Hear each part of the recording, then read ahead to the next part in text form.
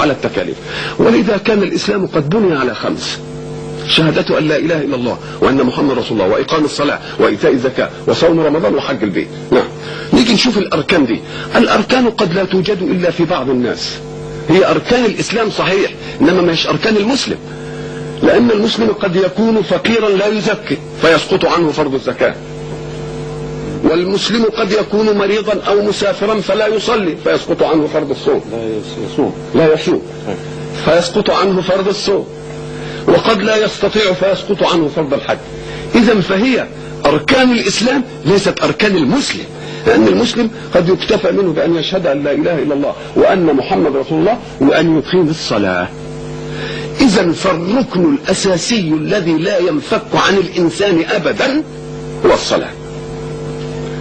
ما دامت الصلاة لا تنفك عن الإنسان أبدا، قال لك ومع ذلك كونها لا تنفك عن الإنسان حتى وهو في الحرم وهو مريض لا يستطيع أن يجلس، يقول لك يخطر أعمال الصلاة على قلبه. إذن فلا عذر لها في السقوط أبدا. أنت مطلوب منك أن تشهد أن لا إله إلا الله وأن محمد رسول الله مرة في حياتك، خلاص انتهت. وبعد ذلك قد تكون فقير زي ما قلنا فلا تزكي، مريض وما تصومش، غير مستطيع فلا تحج. فما الذي بقي لك من أركان الإسلام؟ بقي لك الصلاة وهي الركن المكرم. ولذلك ادي معنى الصلاة عماد الدين. وإذا نظرت إليها وجدتها مع كونها التي لا تسقط ففيها كل أركان الإسلام، لأنك لا بد في الصلاة أن تشهد أن لا إله إلا الله وأن محمد رسول الله. إذن فالركن الأول مكرر فيها. وأيضا إيتاء الزكاة. ما هي الزكاة؟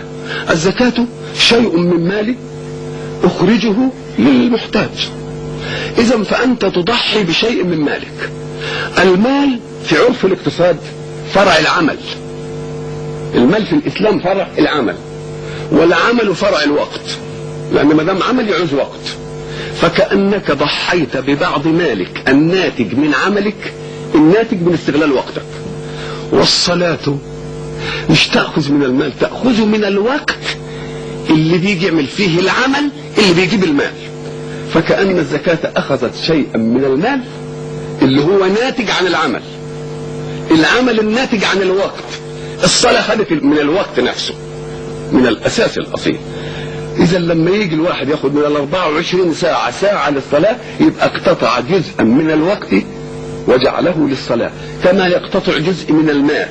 فإذا فالزكاة اقتطاع جزء من المال، والمال ناشئ عن العمل، والعمل عايز وقت. لا، الصلاة بتقتطع من الوقت الأساسي، يبقى فيها زكاة بأهم من المال.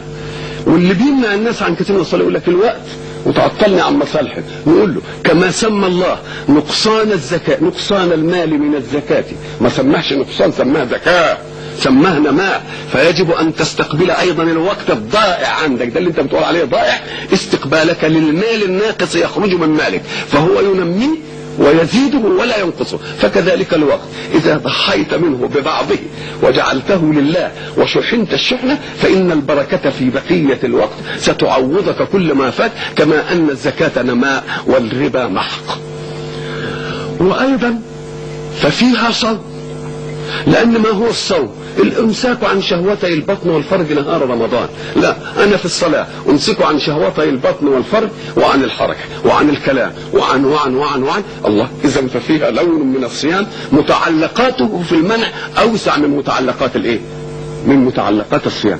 وايضا ففيها حج البيت من استطاع اليه سبيلا، لانك تستحضر وانت تصلي بيت الله فتتجه اليه وتتحرى اليه. اذا فلانه الركن الوحيد ان جاءت فيه كل الاركان من شهاده ان لا اله الا الله ومن الزكاه بشيء اقيم من المال، بل بالوقت الذي ياتي بالمال. وبعد ذلك صمت فوق ما تصوم فيه عن رمضان، ومع ذلك استحضرت بيت ربك في كل وقت من الاوقات، فكانك حججت بقلبك وإن عجزت عن أن تحج بقالبك.